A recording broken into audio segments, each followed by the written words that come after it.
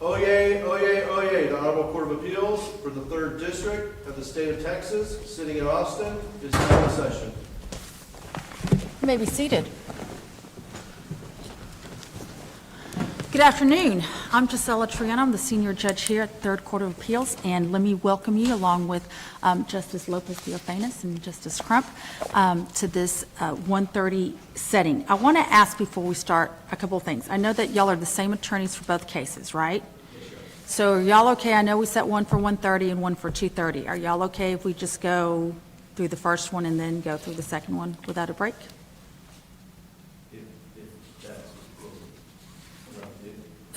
Well, yes, but if there's a reason not to do it, then we're open to that. I'm not saying that's the way. I just thought maybe everybody would want to get out of here quicker. Applebee's are fine for that. Is that okay?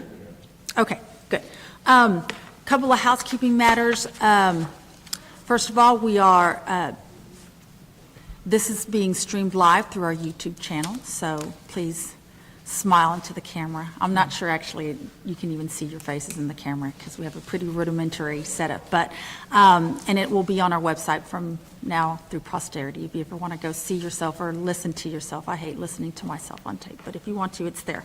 Timekeeping, we've got the lights, so please be aware of them. Green means you're good, yellow means you've got 2 minutes, and red means please stop. Of course, if you're in the middle of a sentence or a thought, feel free to finish what you're saying, but be mindful that it's time to stop.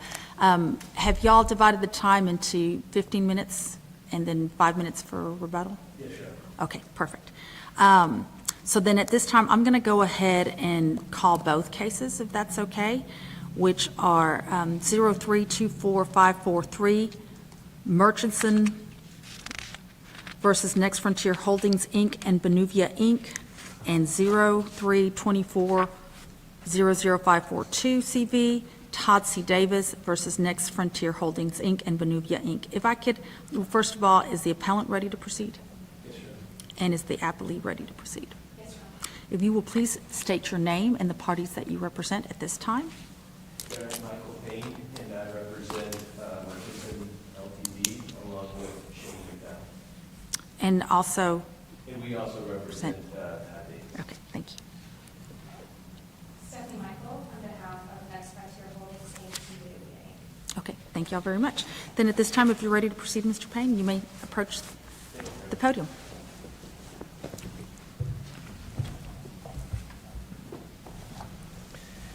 May it please the court.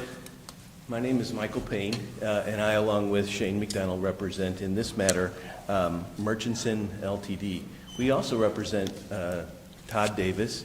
We also represent a defendant in the underlying matter, Benuvia Holdings. Murchison seeks the reversal today of the trial court's decision finding that personal jurisdiction exists over Murchison, a Canadian company. Later today, the court will also hear arguments regarding personal jurisdiction over Mr. Todd Davis, a Florida resident. While plaintiffs initially alleged general and specific jurisdiction over Murchison, plaintiffs conceded that there is no general jurisdiction over Murchison or Mr. Davis at the June 17, 2024 evidentiary hearing. Plaintiffs conceded this point because there's no findings, there's no basis to demonstrate that either of these defendants would be considered at home in Texas. Without being able to demonstrate general jurisdiction over the defendant Murchison, plaintiffs argue that Texas can exercise specific jurisdiction over the defendant Murchison. I want to start with some really important, I think, undisputed facts related to this lawsuit. There are 2 foreign plaintiffs in this matter who have brought suit originally against 6 foreign defendants for claims of fraud, negligent misrepresentation, breach of fiduciary duty, tortious interference, and conspiracy. None of the parties are Texas residents, including the plaintiffs. Not one of the 8 parties that were originally sued in this lawsuit have a meaningful connection to the state of Texas. In fact, plaintiffs are not even registered to conduct business in the state of Texas.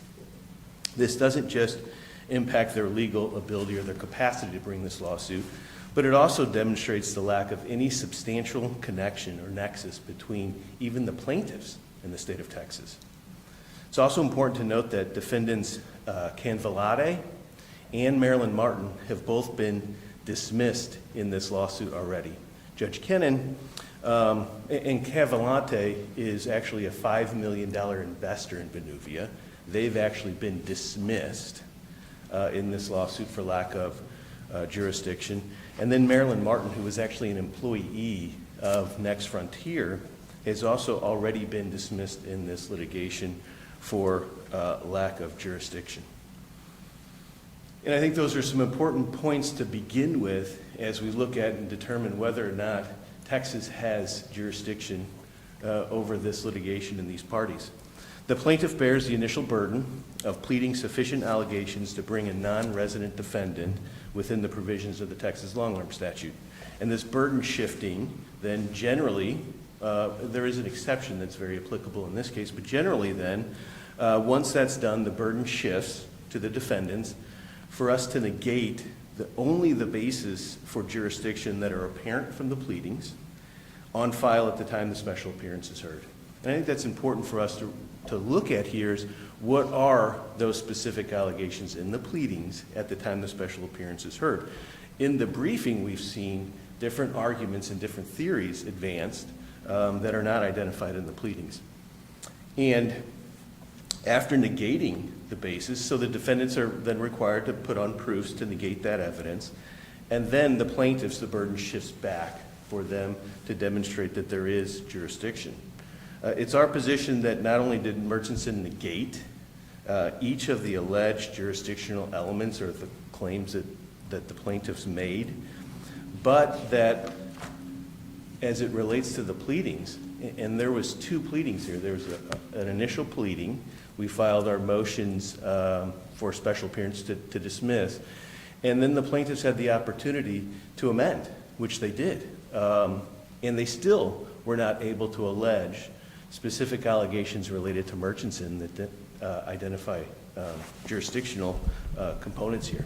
And so they also conducted discovery, which we consented to and provided that discovery. Plaintiffs have never met their initial burden of even demonstrating or establishing jurisdiction from their pleadings as it relates to Murchison. The basis that they've identified as it relates to Murchison, the only jurisdictional basis that we glean from the plaintiff's pleading is this idea of an alter ego theory. And I did indicate that there is one exception. This is the exception to that burden shifting. In this particular claim, a claim of alter ego is one of the exceptions to the general rule, such that the plaintiffs have to actually prove alter ego before the burden shifts to the defendants. And that's the Hoffman versus Dunard case that we cited in our reply brief, and also the ATIC versus Coat Techno Group case, which clearly indicate that. And here, plaintiffs have not proved alter ego. They've repeated over and over that Murchison somehow controlled Benuvia Holdings. That word is just repeated, controlled. But there's no proof, much less a description, of how Murchison controlled Benuvia Holdings. Can you tell me, Mr. Payne, what was Murchison's role or involvement in the Benuvia acquisition? Yeah, Murchison, I think that can be described by what they are, right? And so their role in this transaction was they didn't have a role. What Murchison is they are advisors to investors in these issues. And so what their role is they do due diligence on transactions. They look at, they don't own any assets, and in this case, right, they said that there's this issue of a secured note that's owed to Murchison. Murchison is not a party to any of these transactions, is not identified in any of the documents, owns none of these assets, and never owned any of these assets, and had no role other than an advisory role. Who are the indirect shareholders that Murchison acts as a sub-advisor to? Those would be the shareholders of entities like Benuvia. All of the shareholders? Some No, of the shareholders? some of the shareholders. And they only serve as a kind of a due diligence advisory role. They didn't participate in any aspect of this transaction. As the pleadings indicate, Murchison made no representations, kind of that idea of the misrepresentations. What did they say? Who said it? There's no allegations related to any statement made by Murchison because Murchison wasn't involved in this transaction. Okay, so then why did, and is it Mr. Lichtenstein? Yes. Why did he visit the Round Rock facility then? Yeah, and that After Benuvia Holdings had acquired? after the UCC sale in August of 2022, again, Murchison's role is to advise the shareholders of due diligence issues, right? Inspections of facilities. Is there an operation there? Is it ongoing? What is the actual, what's going on at this facility? They didn't direct, they don't manage, they don't have any employees. And so Mr. Lichtenstein's visit, I think, is clearly identified in his declaration, was he came to determine whether or not, and to the extent that there's an operation going on at the facilities.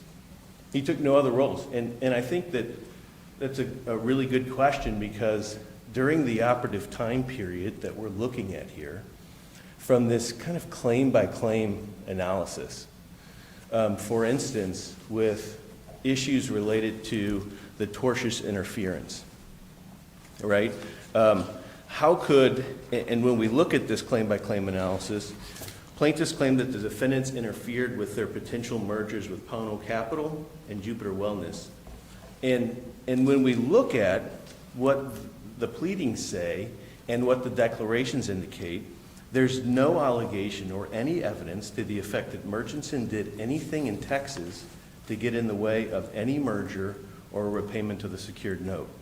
And as you point out, this visit after the UCC sale in August of 2022, that obviously didn't take time in a period. There was no Murchison contact individuals, no representatives in the state of Texas during the time period in which the allegation for the tortious interference could take place. From a timing perspective, that would be December 8th of 2021 through that time period when they say that they're tortiously interfered with the second Pono Capital, which terminated on August 8th of 2022. During that time period, there was no representative of Murchison who made any communications, contact, or ever appeared in the state of Texas.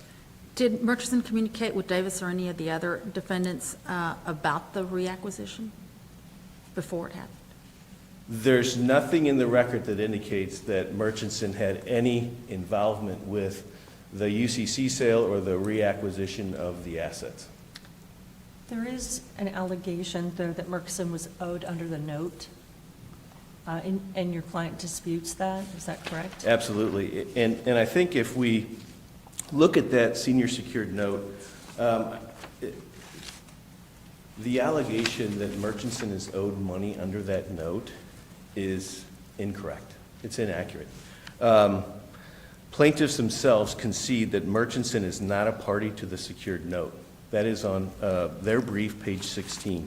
Also, we have in the clerk's file on page 1058 through 67 is actually the secured note. Murchison is not a party to it. They're not a lender here. There's no allegations that they are owed any money under the secured note. And the reason why is because they're not. They have no interactions with the secured note. And so the fact that there's an allegation that somehow Murchison is owed money in this case is conclusory. There's no basis for it. But it is a sworn, Go ahead. a sworn statement, correct? This statement is by the plaintiff's former, I believe, CEO, Shannon Soqui. And I believe that his statements, when you review those declarations, as we've identified in our briefing, those are conclusory statements. Saying something like they committed, that they're owed money under the secured note. There's no information that he provides of a concrete basis indicating how we owe money, why we would owe money, why we're not a party to that note. And so, yes, his statement is sworn under the penalty of perjury, but it's conclusory and does not indicate that Murchison actually is a party to this transaction, is a party to the secured note, nor are they owed any money in this transaction. So just to sort of follow up on that, are you challenging the trial court's implied findings then? We are, yes. When we look at this record as a whole, the implied findings would be based upon evidence or information in the case. And so when we look at this, we are indicating that the statements of Shane and Sokwe are conclusory and did nothing to prove, and I think we've briefed some of those cases in which we say that's not information that can be relied on to determine jurisdiction. Some of the other, I want to go back and do that case-by-case analysis. For instance, as it would relate, we've talked about the secured note. I think there's also another important aspect to identify about the secured note. This idea of purposeful availment in Texas, the secured note itself indicates that any litigation related to that should be conducted in New York, which also indicates that the parties didn't intend to litigate in Texas. They actually intended to litigate in New York. There actually has been a lawsuit in New York with these same plaintiff and defendant, Next Frontier Capital, in which a $26 million judgment has been entered against Next Frontier. And so there has been litigation. After that litigation was concluded, this lawsuit was filed in Texas based upon their claims of a tort theory. And so the secured note itself does indicate that the proper forum for this litigation would be in New York. There's also this, the conspiracy. And Murchison is part of that litigation? They are not. Okay. No, they are not part of that. That was part of the transaction, which includes suing on the secured note. And Murchison is not a party to any of that litigation because they're not included in it. They're owed no money. They didn't participate in the transaction. They're not identified in any of the operative documents related to the transaction, the underlying transaction. The conspiracy and claim, that's based upon a conspiracy. Dr. Agarwal has not yet been served in this case, but that goes back to the same type of theory that is the underlying tort, and that would be the tortious interference in which Murchison was not here, conducted no communications, never stepped foot in Texas during that time period in which they're alleging there's been interference. Thank you, Your Honors. Thank you. Okay, thank you. And is it Michelle? Miss Michael, I apologize. No, I should have paid attention tough when, one. when you made your announcement. You may proceed, Miss Michael. May it please the court, counsel, I'd like to begin by clarifying 3 quick points. First, we are asking this court to affirm the trial court's decision based on Murchison's individual contacts with Texas, not an alter ego theory. Because of that, this court does not even need to address this theory that Murchison was the alter ego of Panuvia Holdings, because these direct contacts with Texas are independently sufficient to support jurisdiction. And those individual contacts include Murchison's role in the Panuvia acquisition, its trips to the Round Rock facilities, and its participation in this scheme to repossess Texas property. Second, Mr. Payne talked a lot about how there was nothing in the record supporting our allegations. One, we disagree with that, but beyond that, plaintiffs had zero obligation to present any evidence supporting our jurisdictional allegations because Murchison never met its own burden under the Texas Supreme Court's burden-shifting framework for personal jurisdiction. Under that framework, after we pleaded sufficient allegations to invoke jurisdiction over Murchison, the burden shifted to Murchison to present evidence negating every basis of pleaded jurisdiction. It did not do so here, so the burden never shifted back to us to present any evidence supporting our allegations. But even if it had, we presented ample evidence supporting those allegations that even if the burden had come to us, there would be fact issues on that evidence that this court must defer to on appeal. Third, To that end, as the court focused on today, there is conflicting evidence as to whether Murchison was owed the note. The evidence in the record shows that Mr. Soki did make a statement under oath that Murchison was owed the note. In response, Murchison's evidence that it presented in its special appearance, the declaration of Mr. Zogala as portfolio manager, was completely silent as to the note. So they presented no evidence negating our allegations. And even if they had, Mr. Soki's sworn statement would be sufficient to provide evidence supporting that implied finding. What about the note itself? Does that not contradict the finding? Yes, the note itself does contradict the finding because Murchison is not an official party to the note. We've never contended that Murchison was an official party to that note. What we have contended is that Murchison is indirectly owed that note based on its involvement in this larger transaction. Are there any details in the record that would help us understand that relationship? What we currently have in the record is the testimony from Mr. Soki confirming that the note was owed to Murchison, as well as the admitted visit that Murchison's representative took to the Round Rock facilities following the sham UCC sale. Had Murchison had no involvement with this transaction, it would have had no reason to go back to those facilities afterwards. So we contend that that also provides evidence of the note. Do you have any other documentary evidence that you can point that supports your allegations that Murchison controls Benuvia Holdings? So we also have the testimony of Mr. Soki on that point. He has personal knowledge of the facts giving rise to this litigation because he was the party for plaintiffs that was involved in these negotiations. So he was working with Murchison and could tell, based on his personal knowledge, he believed that Murchison was controlling Benuvia Holdings. But to get away from that, this court, we understand that there are difficulties with this alter ego and control theory, which is why we are asking the court to affirm based on Murchison's individual contacts. And we heard today that Murchison does not believe that we pleaded these individual contacts. But in Murchison's special appearance, it specifically acknowledged that plaintiffs had pleaded that Murchison made trips to the Round Rock facilities, that it had made misrepresentations to plaintiffs, and was involved in this larger transaction. So those allegations were not buried in the petition, and Murchison had the burden to negate them. Because it did not present any evidence supporting them, that ends the analysis. Those trips were made by whom? Mr. Zogala is Murchison's portfolio manager. He traveled to the Round Rock facilities the week that the Benuvia acquisition closed. The entire week, Mr. Davis was there as well. This is when everyone was at the Round Rock facilities for this closing. And then several months after the UCC sale, another employee from Murchison revisited. So those visits in and of themselves wouldn't constitute anything nefarious. So what contacts with Texas are specific to the claims in the case? I mean, what are you saying that Murchison did specifically?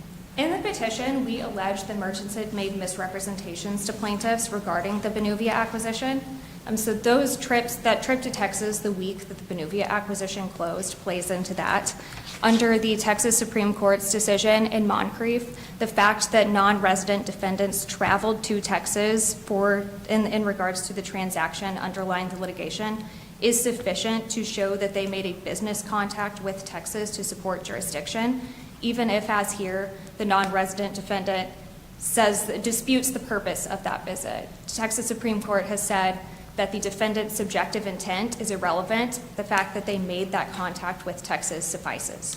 But what representations are y'all alleging are false that were specifically made before the Benuvia acquisition by Murchison? So we alleged that several misrepresentations were made. We alleged that the defendants, including Murchison, misrepresented that we would be entitled to run Benuvia. We also alleged that Murchison and the other defendants misrepresented that financing and debt matters would not be discussed with Mr. Agarwal. Now, that one was after the Benuvia acquisition closed. there is precedent saying that we were not required to set forth every alleged misrepresentation that was made at this stage. We alleged in the petition that they made misrepresentations, and they presented no evidence even addressing those arguments, much less negating them. So that satisfied our burden. And are y'all alleging that the scheme to sell and reacquire began before the actual acquisition, or was this something that you believe, your clients believe, came up after the acquisition? Yes, so we've alleged fraudulent inducement in addition to fraud. So our claims began arising in the lead up to the Benuvia acquisition, all the way through after the sham UCC sale. And that leads back to a point that Mr. Payne touched on earlier. And then he says that the relevant time frame for our claims is December 8th, when this acquisition closed, and August 18th, when we lost possession of BMI, BT, and the Round Rock facilities. That's just an attempt to artificially narrow the timeline of this case to get around the fact that Murchison was not physically in Texas in that time. So you can't artificially narrow the timeline to avoid jurisdiction, but beyond that, Texas law is clear that physical presence in Texas is not required to establish specific personal jurisdiction. Defendants can make contacts with Texas from outside of Texas. What matters is whether they are purposefully availing themselves of the privileges of doing business here, and that is what Murchison did by involving itself in this transaction, coming to Texas in relation to it, and having an economic interest in these Round Rock facilities that it had before the sale and then after the sham UCC sale. I had a little bit of a hard time understanding the first misrepresentation related to what specifically? The first misrepresentation that we alleged was that plaintiffs would be entitled to run Benuvia when they really had this scheme from the beginning that they were just going to take it back over. So it was just a temporary arrangement. And is there anything in the record that supports that Murchison did any of those or made any of those misrepresentations? So we did not present evidence specifically on that point because the burden never shifted back to us to present evidence substantiating our allegations. Okay. Because Murchison's individual contacts are really what drive the jurisdictional analysis here, I thought it might be helpful to walk through what we alleged in the petition one by one. Just as an aside, in this court's decision in Ennis and other recent Court of Appeals cases throughout Texas, courts have made it clear that the petition as well as the special appearance response are properly considered in assessing the plaintiff's initial burden. And that's a very low threshold. Courts have held that alleging so much as a defendant has committed a tort in Texas is enough to carry the initial burden. So we pleaded far more than that in the petition. We pleaded that Murchison had at least 4 individual contacts with Texas that supported jurisdiction here. And these pleaded contacts, again, are the ones that govern the analysis because those are the ones that Murchison had the burden of negating under Texas law. So here, in addition to pleading that Murchison committed a tort in Texas and that the underlying offenses here all occurred in whole or in part in Texas, we alleged that Murchison had at least 4 contacts. First, we allege that this case implicates Texas real property and business operations in Texas. This case arises from plaintiffs' purchase of BMI and BT and their interest in the Round Rock facilities. It's undisputed that BMI and BT have that interest in the Round Rock facilities and that those facilities' operations are what drove all of the underlying transactions here. And can you explain to me how exactly your real property claims that you're alleging, I mean, because the buildings are leased, correct? Correct. So can you explain to me the real property allegations? Yes, Your Honor. So under Texas law, as Murchison agrees, a leasehold interest still constitutes a real property interest. And because BMI and BT are effectively asset holding entities. And some of the assets that they hold are this leasehold interest in the facilities, and which gives them the right to benefit from the operations of these facilities. The reason that the distinction between the leasehold and outright ownership wasn't raised initially is because no one had made that distinction until Murchison's reply brief. Until then, everyone had agreed, in Murchison's own words, that the claims here arose from plaintiff's acquisition of 2 pharmaceutical manufacturing facilities. So up until the very end of this appeal, everyone agreed that these facilities and their operations were the only things that gave value to the transactions that were at issue here. Because of that, the Texas real property and their Texas operations are central to all of plaintiffs' claims. Second, plaintiffs allege that Murchison was involved in the sale of BMI, BT, and their interest in the Round Rock facilities to plaintiffs. Far from negating that contact, Murchison admitted twice that it played a role in that sale, perhaps 3 times, because today it still agrees that it played a role in the diligence of this transaction, and we allege that we were fraudulently induced into this transaction based on misrepresentations that were made in that process. The trial court could have reasonably concluded that that involved things that were said in due diligence and in these meetings that Murchison had in Texas. Beyond that, Murchison never presented any evidence negating our allegations that it made misrepresentations to plaintiffs regarding this sale, or that Murchison had an economic interest in the Round Rock facilities. Third, plaintiffs allege that Murchison traveled to and from Texas in connection with the sale. Murchison again has admitted this fact, although Mr. Zogala's declaration says that he was not in Texas to prepare and finalize the Benuvi acquisition. Nowhere does it dispute that he met with plaintiffs during that time. In addition, their responses in discovery explicitly stated that they had traveled to Texas in connection with plaintiffs' purchase of BMI and BT. So even if Mr. Zogala's declaration created a fact issue on that, their admissions in discovery constitute sufficient evidence that support the trial court's implied finding. Fourth, plaintiffs allege that Murchison visited the Round Rock facilities after defendants had wrongly repossessed them. Plaintiffs allege that the repossession was triggered by Murchison and the other defendants forcing a default on this note, which then triggered the repossession. Murchison presented no evidence, again, negating plaintiffs' allegations on that point. And we had also alleged that Murchison was involved with the forbearance agreement, which is what was ultimately used to then force the default. We had an agreement where we believed that the payments would be deferred and restructured, and the defendants went back on that in order to force this default. Mr. Zogala's declaration, again, says nothing about the note nor the forbearance agreement, so they did not meet their burden on that contact either. Murchison's admitted trip back to the Round Rock facilities following the sham UCC sale merely confirms that Murchison was individually involved with this fraudulent scheme from beginning to end. That brings us to applying these contacts to the personal jurisdiction framework.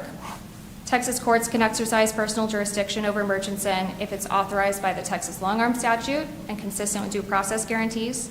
The trial court correctly concluded that both of those requirements were met here.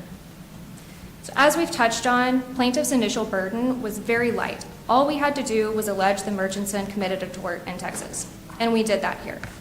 But even if that allegation was insufficient, which it was not, all the other allegations we made regarding Murchison's individual contacts, including its trips to Texas and its role in the Benuvi acquisition, would have been more than sufficient to carry this burden. That shifted the burden to Murchison to negate every pleaded basis of jurisdiction. To carry that burden, Murchison had to show that it lacked minimum contacts with Texas, and it did not do so here. For one, Murchison failed to show that it did not purposefully avail itself of the privileges of doing business in Texas. Murchison did not even attempt to address most of plaintiff's jurisdictional allegations. For example, as touched on before, Murchison presented no evidence refuting plaintiff's allegations that Murchison had an economic interest in the Round Rock facilities and the Benuvi acquisition, that it was involved in that sale and the subsequent scheme to repossess the Texas assets, that it communicated with people in Texas regarding that scheme, that it traveled to the Round Rock facilities in that time frame, and that it was owed and manufactured a breach of the note. Each of those allegations is sufficient under Texas law to support jurisdiction, because under Texas law, purposeful availment can exist if a defendant seeks to reap the benefits of the Texas economy or engages in business operations here, if a defendant visits Texas to meet with others regarding the transactions underlying the litigation, a defendant has an interest in real property, or a defendant participates with others to repossess Texas property.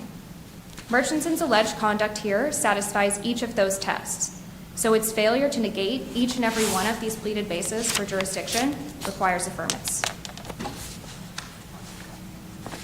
On the second prong of the minimum contacts analysis, the trial court also properly held that each of plaintiff's claims arose from or related to Murchison's contacts with Texas.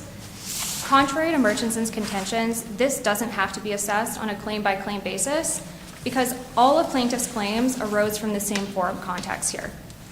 In Murchison's own words, in its brief, all the claims, and I quote, relate to plaintiff's acquisition of 2 pharmaceutical manufacturing facilities, end quote. Murchison's contacts with those facilities and the transactions involving the initial sale to plaintiffs and their subsequent repossession thus all relate to the same contacts. So unless the court has questions about the individual claims, I'll move to the final prong of the assessment. Thank you. So under the final step of the jurisdictional analysis, the court considers whether jurisdiction is consistent with the traditional notions of fair play and substantial justice. When, as here, the non-resident defendant has the minimum contacts with Texas, the exercise of personal jurisdiction will rarely not comport with these traditional notions. Murchison bears the burden of presenting a compelling case, in the Texas Supreme Court's words, that this is one of those rare instances, and it cannot carry that burden here. There's 3 factors under the Texas Supreme Court's precedent that is relevant to this assessment. First, litigating this suit in Texas would not unreasonably burden Murchison. Although Murchison disagrees, Texas law is clear that distance alone is generally insufficient to negate jurisdiction. If it was, Texas would never have personal jurisdiction over a non-forum defendant because they all have to travel to Texas. Second, Texas has a significant interest in this case because not only does it implicate Texas real property and business operations in Texas, but it also implicates torts that were committed within Texas. Finally, Texas is a convenient and effective forum for plaintiffs. This case centers around plaintiffs' acquisition and loss of the Round Rock facilities, so Texas is at the epicenter of all the claims and is thus a logical forum for plaintiffs. Perhaps even more importantly, though, the underlying Texas litigation is still proceeding against Murchison's co-defendant, Benuvia Holdings. Benuvia Holdings had originally appealed the trial court's denial of its special appearance, but voluntarily dismissed that appeal. So this litigation will be going in Texas with or without Murchison, and it furthers judicial economy to resolve the claims against both of those defendants in the same forum. As a result, there's no compelling reason that the exercise of jurisdiction here would be unreasonable. And for these reasons and all the other reasons set forth in our briefing, we request that this court affirm the trial court's denial of Murchison's special appearance. If the court has no further questions, I'll cede the rest of my time. Thank you, Ms. Markle. Thank you.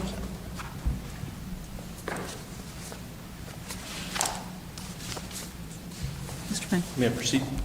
Yes. I want to address that last point about that the litigation is going to proceed regardless in the state of Texas because Benuvia Holdings has withdrawn its appeal.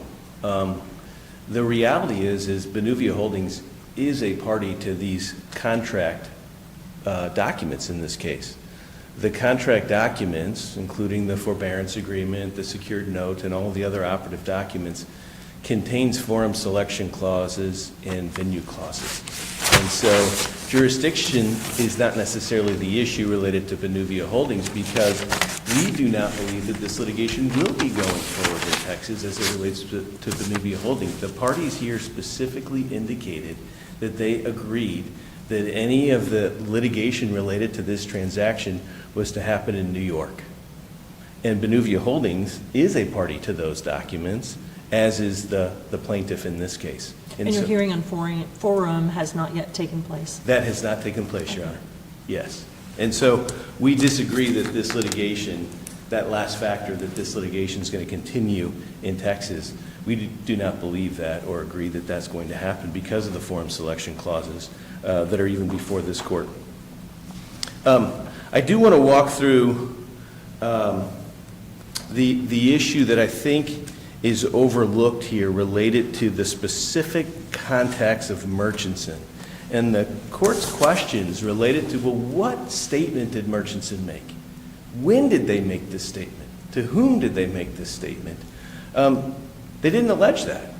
They didn't initiate that. They didn't indicate that Murchison has said or done anything in this case. It's because they didn't. And so there's nothing in the court record that indicates that Murchison made a misrepresentation, and that's the resistance to doing this case-by-case or claim-by-claim analysis, is because when you look at that, right, appearing at a UCC, after a UCC sale, how would that have any reference or relate to a fraud in the inducement claim, right? It took place months after. When we look at the tortious interference claim, how would the time period in which they claim that we have tortiously interfered with their contracts, there's no evidence or allegation that Murchison made any representation, ever came to Texas, or communicated with anyone. That tortious interference, it had to be during the time period in which the plaintiff was interacting with those two potential purchasers, Pono Capital and Jupiter Wellness.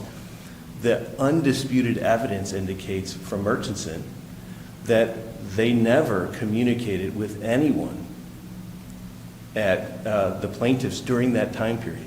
They've never stepped foot in Texas. They've never done anything during that time period. But what about the allegations that, the one misrepresentation I heard Ms. Michael talk about, that the plaintiffs would be able to run Benuvia, which was as to the inducement, not as to tortious interference?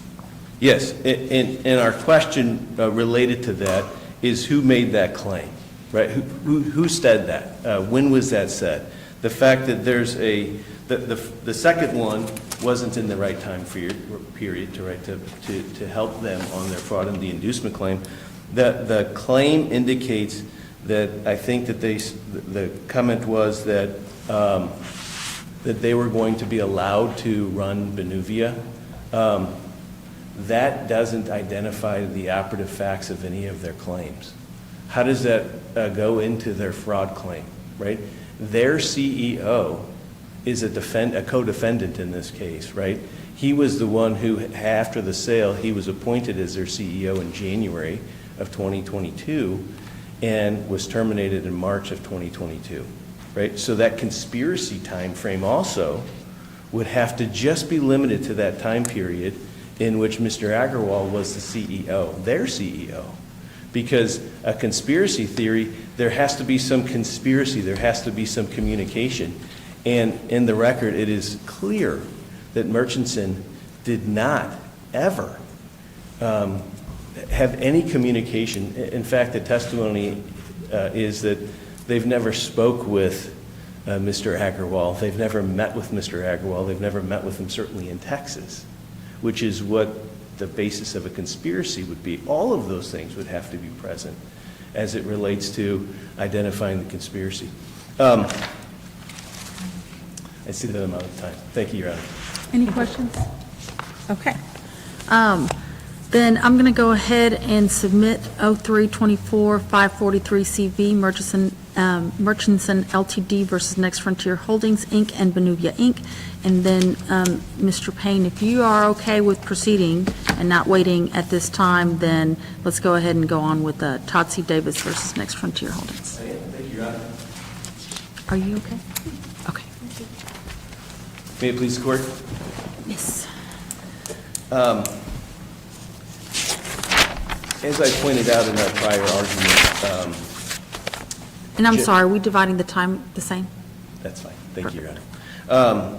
As with Murchison, plaintiffs have abandoned their claim of general jurisdiction, and so we're only looking at specific jurisdiction. There is no basis to hold Mr. Davis as at home in Texas. A brief background of the summary of the key events related to this business dispute between the plaintiff, Next Frontier Holding, and Benuvia, Inc., and the defendant, Todd Davis, I think is helpful. The formation of Benuvia Holdings. Benuvia Holding was formed on December 15th of 2020 as a Delaware limited liability company with its principal place of business in Jupiter, Florida. Todd Davis has served as the officer and manager of Benuvia Holdings since its formation, a company. Prior to any of the allegations in this matter, a company was existent. Mr. Davis's residency. Mr. Davis is a resident of Jupiter, Florida, has had no personal or business connections with the state of Texas. He has never lived in Texas. He has never owned any property in Texas. He has never maintained an office in Texas. He has not conducted business in the state of Texas in his individual capacity.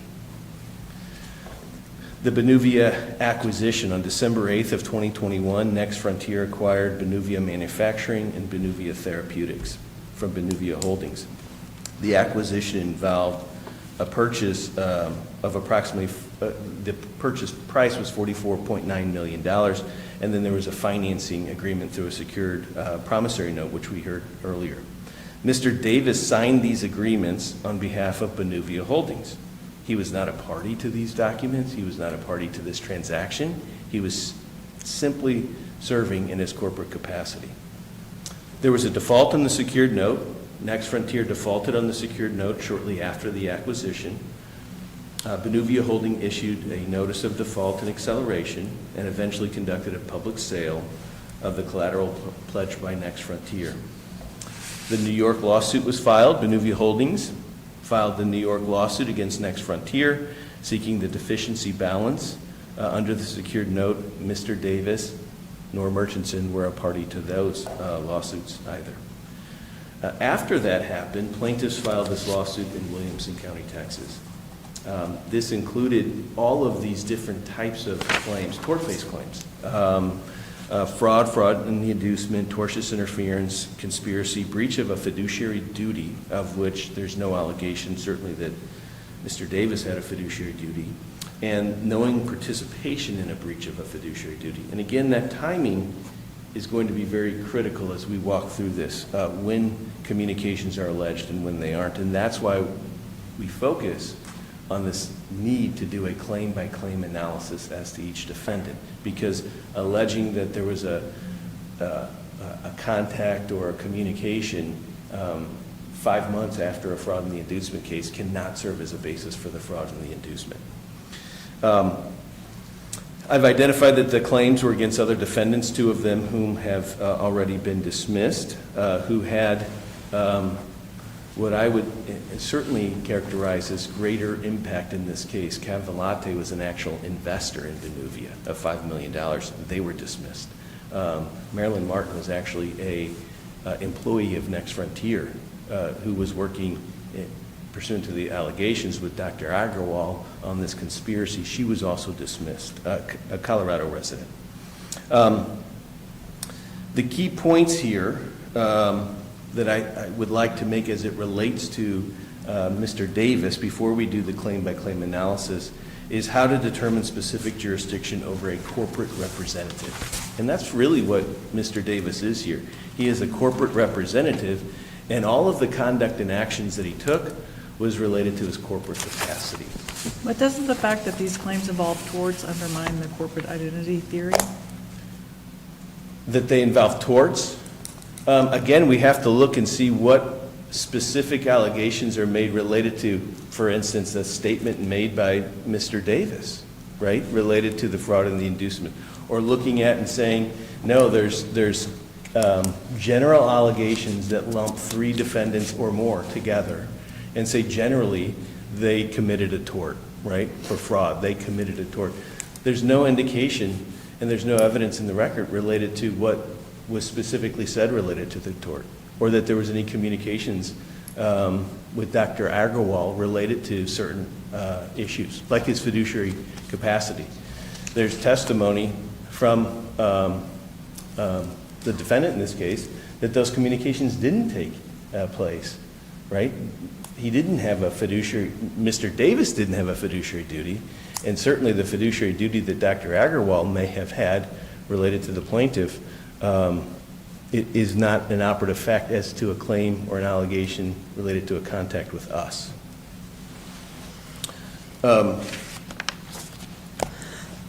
What Mr. Davis did in his corporate capacity does not count as his contacts personally to identify jurisdiction. And I think, Your Honor, this fiduciary shield doctrine is what was discussed in ATIC versus Co-Techno Group. And that's what's cited in the brief. The one exception to that is an alter ego, right? And maybe that's where the court asked, and I apologize if I didn't answer that correctly. But to impute a company's contacts onto an officer in his individual capacity, the plaintiff must allege and prove that the corporation is the individual's alter ego.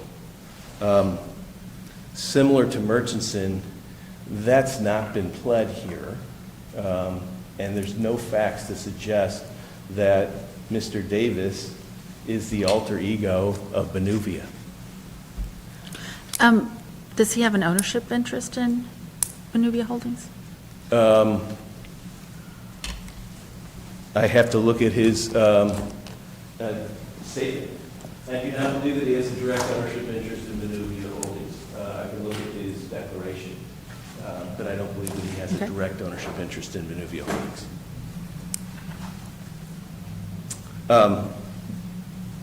To impute a company's contacts into an officer his individual capacity, the plaintiff must allege and prove this alter ego. This was made very clear in the case, I think it's Leesboro Corp. Versus Hendrickson. We cite to this multiple times in our brief where the court found that a corporate representative's non-tortious acts on the corporation's behalf don't constitute a contact for the purpose of personal jurisdiction.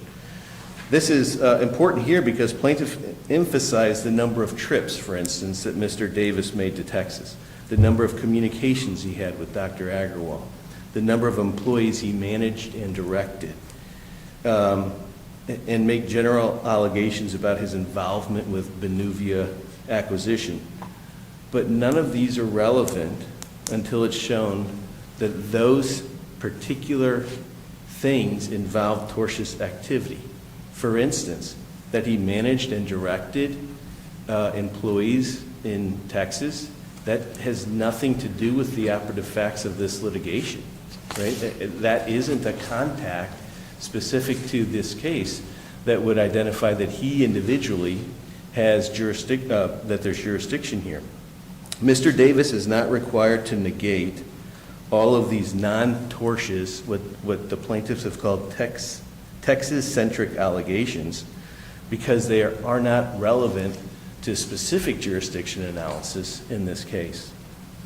Additionally, But aren't they enough to, for purposeful availment? I mean, can't you argue that the plaintiffs have introduced evidence that he was his communications with Agarwal, who obviously he knew was Texas-based CEO, about the financial matters, plaintiff's financial matters, that's enough to show purposeful availment?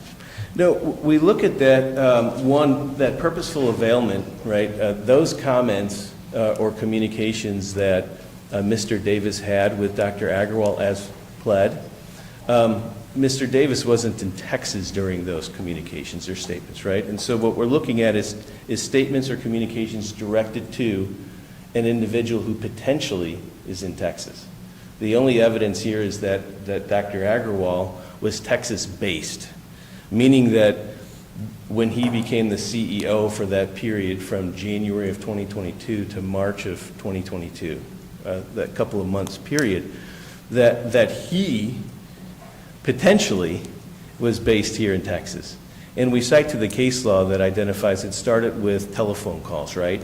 That if a defendant in Jupiter, Florida calls a Texas resident, right? The telephone used to be able to say you could see where you're calling because the number that you called was based in Texas. And the court said, we've stepped back from that because with the use of mobile phones, we have no idea where people are at related to that. Email, the same analysis in the line of cases that we provided in our brief indicate that as well. Here, the testimony from Mr. Davis was, I wasn't directing any communication to Mr. Agarwal specifically related to the state of Texas. I didn't care where Mr. Agarwal was at. It didn't matter to us. We weren't purposefully availing myself if he was in Australia. But right? he knew, Mr. Davis says he knew that he was based in Texas. He knew that he was based in Texas, right, Correct. for that time period. So that would relate to the claims only related to a conspiracy, right? Because that time period in which he was the CEO, or for instance, it would only relate to the time period for breach of fiduciary duty, the claim against us, knowingly participating in a breach of fiduciary duty. Dr. Agarwal had to have a fiduciary duty. The only time he had that duty was when he was the CEO.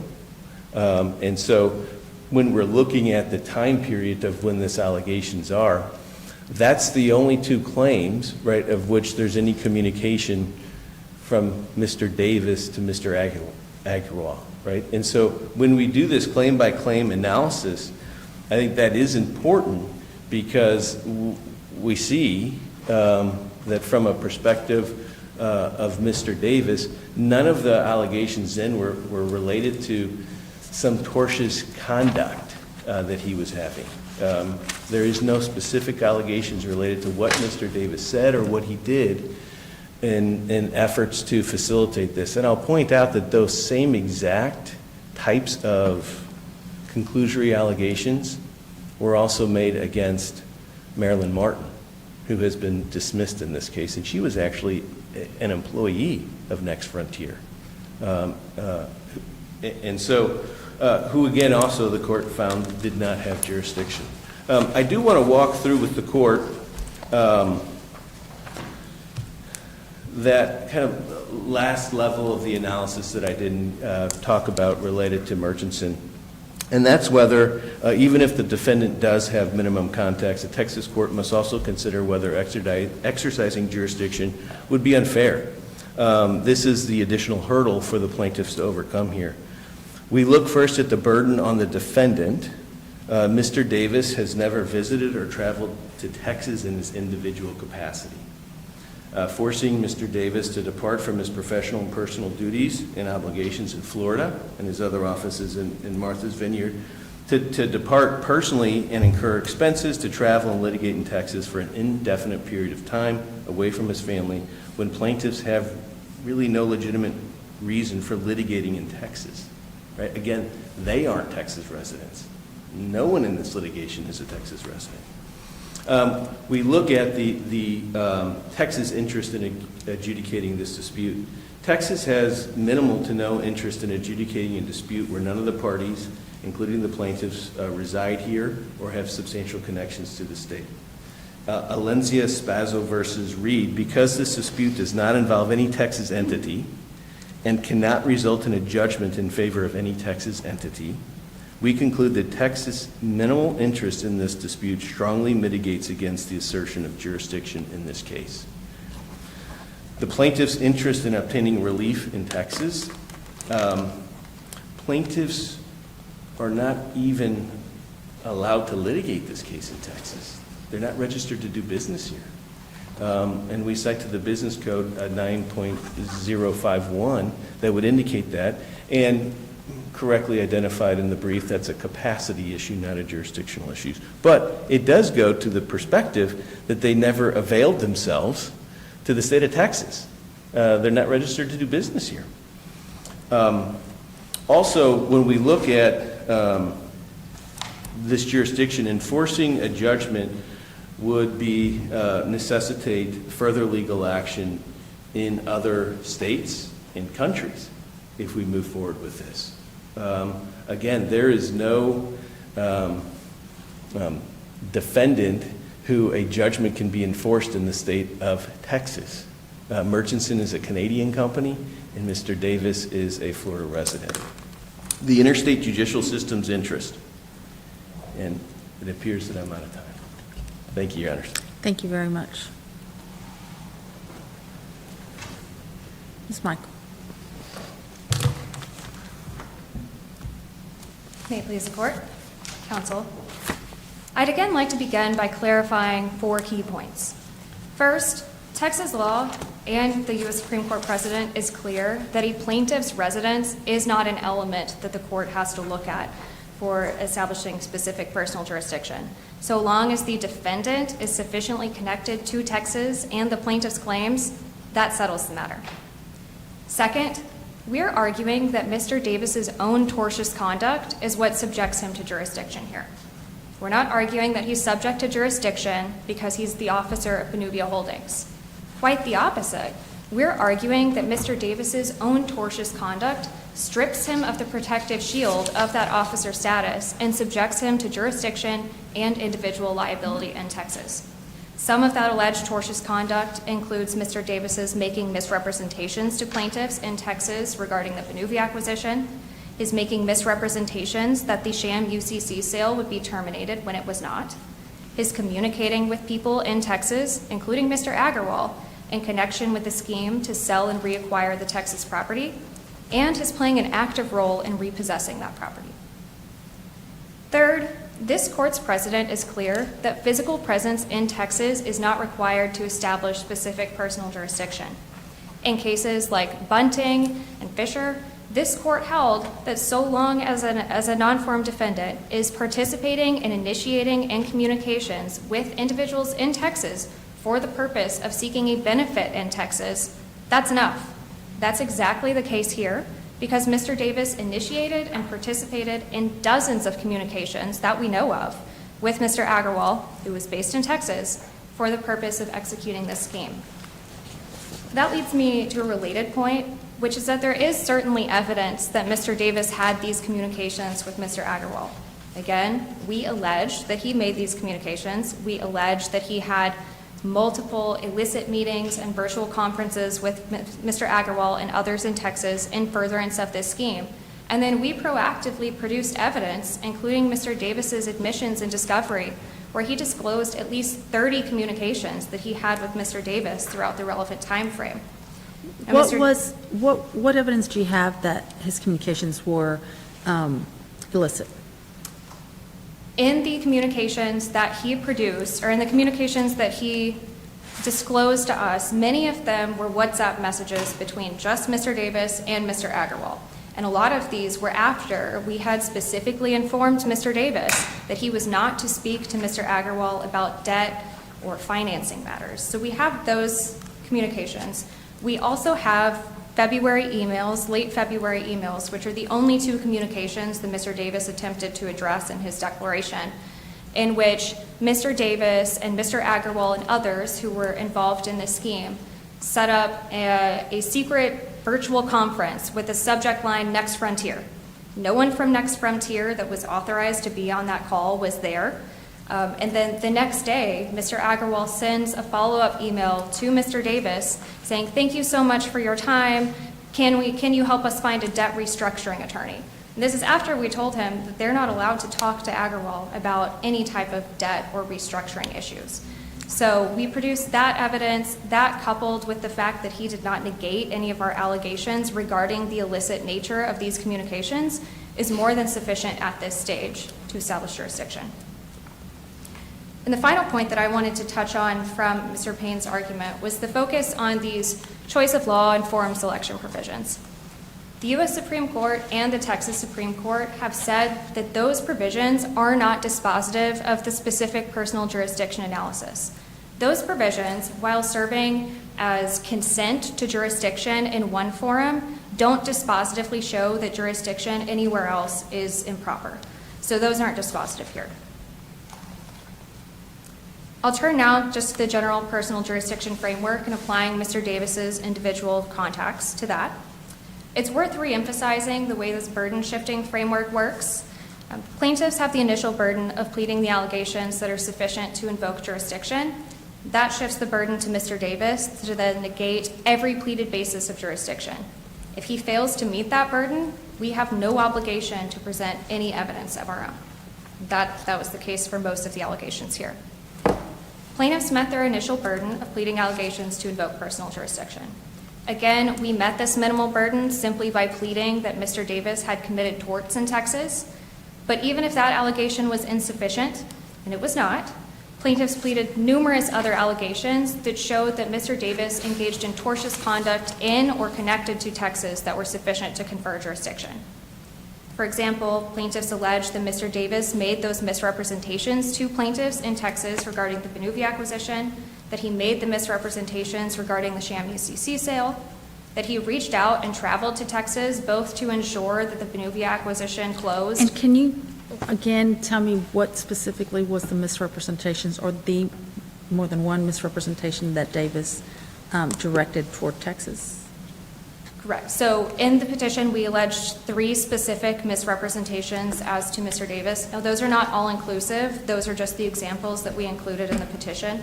And those were misrepresentations that plaintiffs would be allowed to run Benuvia, that Mr. Davis and the other defendants would not discuss debt and financing matters with Mr. Agarwal, and that the UCC sale would be terminated. before Mr. Davis participated in making sure it occurred. And that UCC sale, even though it was conducted in New York, it was substantially connected to Texas because the assets that were at issue there were the ownership interests in BMI and BT, so that by extension included the leasehold interest in the facilities and the interest in those facilities' operations. So other specific allegations of tortious conduct and contacts with Texas that plaintiffs made for Davis, or Mr. Davis, are that he had these communications with Mr. Agarwal and that he knew Mr. Agarwal was in Texas, reached out to him in Texas, and did so for the purpose of seeking a benefit in Texas, mainly taking BMI, BT, and these facilities for his own personal benefit. We further allege that Mr. Davis played an active role in repossessing that Texas property, and that his involvement in this scheme was all for his personal benefit, which takes him far out of this, his corporate status as an officer. That more than satisfied our burden. Mr. Davis's arguments to the contrary are meritless. And how does it benefit him if he's not an owner? We alleged that Mr. Davis did all of this for his own personal benefit and enriching himself by taking Benuvia's assets for himself. Now that shifted the burden to Mr. Davis to negate that allegation, and he presented no evidence of that, so we never had to present additional evidence. But are y'all saying not for Benuvia, that he didn't take the assets for Benuvia Holdings, that he actually took them for himself? We're alleging Personally? that he received a financial or other economic benefit by virtue of these actions. We also alleged that in this scheme, and one of the things that led to the default on the note was Mr. Davis working with Mr. Agarwal to misappropriate corporate assets and pay unauthorized payments to Mr. Davis and to Canfilate. Now there's conflicting evidence in the record about which entity received the official payment, but we presented evidence that Mr. Davis was on the email authorizing those payments and that he was not supposed to be involved with that. So that connects him to the payments and confirms his personal benefit in the arrangement. The fact that But no, I guess I'm being confused when you're saying his personal benefit. The payments weren't to him, correct? we allege that he did receive the payments, that they ultimately were funneled to him Funneled to him through through various entities. Right, okay. Right. At this stage, though, the allegations that Mr. Davis participated in this tortious conduct for any benefit at all, whether that be him getting paid through his company or him getting paid directly, the fact that he is taking actions in Texas that constitute torts to benefit someone other than just a random corporation confirms that he purposely availed himself of the privileges of doing business here. So all of that shifted the burden to Mr. Davis to negate each of these pleaded bases of jurisdiction. And again, Mr. Davis, like Murchison, failed to show that he didn't purposely avail himself of the privileges of doing business here. Mr. Davis's special appearance declaration failed to address most of plaintiff's jurisdictional allegations against him. That included the allegations that Mr. Davis made misrepresentations to them in Texas regarding the Benuvia acquisition, that he initiated and participated in these tortious communications with Mr. Agarwal, that he participated in illicit meetings and virtual conferences with others in Texas in furtherance of this scheme, that he played a role in repossessing the Texas assets, and that he took those acts for his personal benefit. Mr. Davis's declaration also confirmed that he traveled to the Round Rock facilities roughly 7 times within the time frame where plaintiff's claims arose. Each of those allegations established that Mr. Davis purposefully availed himself of Texas. Under Texas law, it's well established that purposeful availment exists if a defendant initiates and engages in these communications with people in Texas to seek a benefit here, if a defendant visits Texas to meet with others regarding the transactions underlying the litigation, a defendant participates with others to repossess Texas property, a defendant seeks to reap the benefits of the Texas economy, and a defendant is a willing participant in a transaction involving Texas property. Mr. Davis's conduct satisfies each of those tests here. So Mr. Davis's failure to negate each and every one of these pleaded bases ends the analysis. Mr. Davis can't negate jurisdiction by urging that he was not physically present in Texas for that 8-month period in the middle of the scheme. Again, the communications with Mr. Agarwal occurred in that time frame when Mr. Davis claims that he was not in Texas. And talking on a claim-by-claim basis, we're not alleging that the misrepresentations regarding the UCC sale somehow fraudulently induced us into the contract. We're alleging that they made various misrepresentations throughout the entirety of this scheme, all of which are connected to the Round Rock facilities and those facilities' operations and these overarching transactions that are each sufficient to support jurisdiction. Texas law doesn't require us to have a certain number of misrepresentations to confer jurisdiction. The fact that a defendant engaged in tortious conduct here, even by making one misrepresentation, is sufficient to confer jurisdiction. So the trial court on the second prong of the minimum contacts analysis also properly held that each of plaintiff's claims arose from or related to Mr. Davis's contacts. As with the Murchison appeal, the court again does not need to assess this issue on a claim-by-claim basis because Mr. Davis, like Murchison, agreed that all of the claims in this suit, and I quote, relate to plaintiff's acquisition of pharmaceutical manufacturing assets. We know those manufacturing assets are the Round Rock facilities.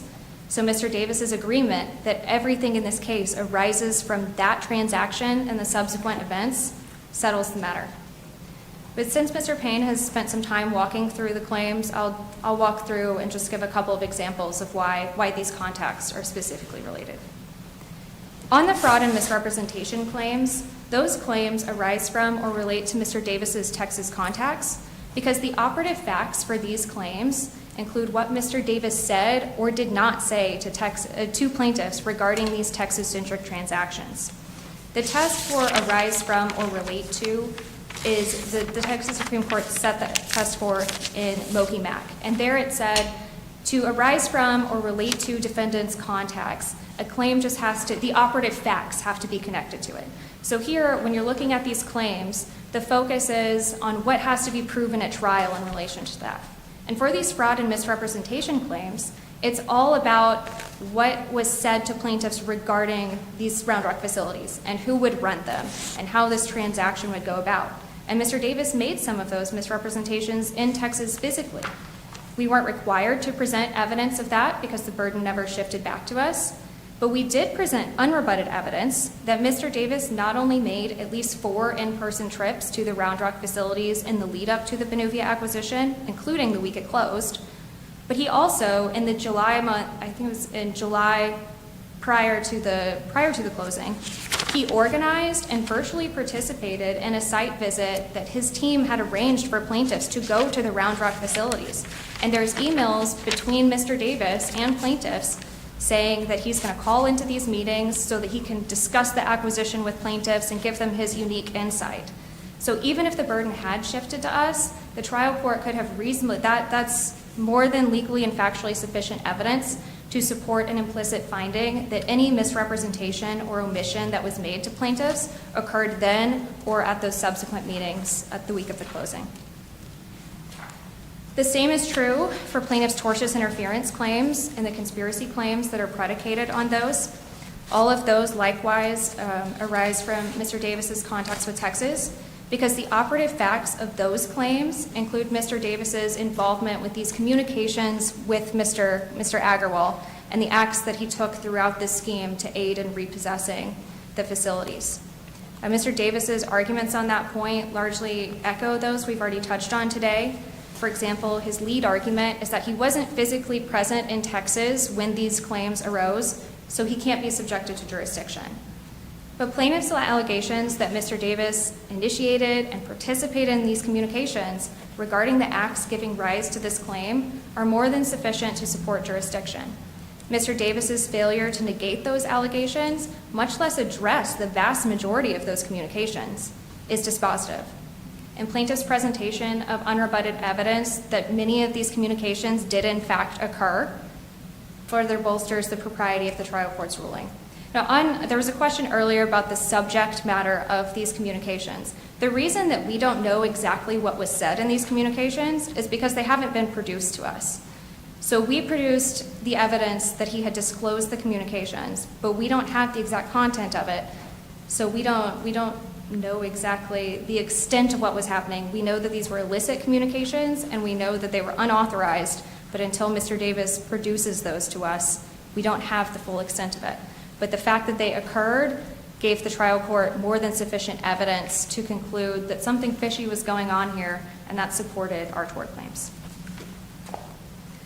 Third, a similar analysis defeats Mr. Davis's attacks on plaintiff's knowing participation in breach of fiduciary duty claims. These claims all implicate plaintiff's allegations that Mr. Davis assisted Mr. Agarwal in his breaches of fiduciary duty in those months when he was Benuvia's CEO. We again have evidence that Mr. Davis was communicating with Mr. Agarwal outside of the official channels in that time, and Mr. Davis did not present evidence negating any of our allegations on this point. As a result, the trial court properly concluded that all of plaintiff's claims arose from or related to Mr. Davis's contacts with Texas, so he had the requisite minimum contacts. That brings us to the final step of the jurisdictional analysis, which again is the traditional notions of fair play and substantial justice. Because Mr. Davis had the requisite minimum contacts, it's important to note that he has to present a compelling case that this is a rare instance where the exercise of jurisdiction would be unreasonable and wouldn't comport with these traditional notions. Mr. Davis can't do so here. First, litigating this suit in Texas will not unreasonably burden Mr. Davis. Texas law is clear that distance alone is generally insufficient, and that's especially true when a defendant like Mr. Davis has admitted that he's repeatedly traveled to Texas for business. Here, Mr. Davis is an officer of Benuvia Holdings, and we did present evidence that he manages Benuvia Holdings, so he does have an interest in that entity. But he's also agreed that he's likely going to have to come to Texas in his capacity as an officer of that company for that ongoing litigation. Second, Texas has a significant interest in this case because it centers on Texas real property and these Texas operations. This case also involves torts committed within Texas. Third, Texas is a convenient and effective forum for plaintiffs. Again, although Mr. Davis doesn't believe that this case will be proceeding in Texas indefinitely, it is right now, and it makes sense and furthers judicial economy to hear the claims against these defendants in the same forum at the same time. Finally, on the last two prongs of the traditional notions analysis, the interstate judicial system's interest or substantive social policies, Mr. Davis has offered no valid explanation for how those factors favor hearing this case anywhere outside of Texas. His primary argument in the briefing was that Florida has a more significant interest in this because that's where he's from and that's where Benuvia Holdings is. But Benuvia Holdings, again, is in this litigation in Texas. And Texas is where all of the operative facts of this case occurred. So that's not a compelling reason to avoid jurisdiction based on that alone. As a result, Mr. Davis can't show that this is a rare case where exercising jurisdiction would be unreasonable. Plaintiffs thus request that the court affirm the trial court's denial of Mr. Davis's special appearance. You do agree, though, that if we were to affirm the trial court and leave and deny the special appearance, they would still be able to argue whether this was the correct venue, Texas was the correct venue or not. Right. Under Texas law, as they agree today, capacity and forum are different issues, so the special appearance was not the proper vehicle for raising that. So we haven't addressed those issues yet in the trial court, but those could still be addressed. Okay. Thank you, Ms. Michael. Thank you. Mr. Payne?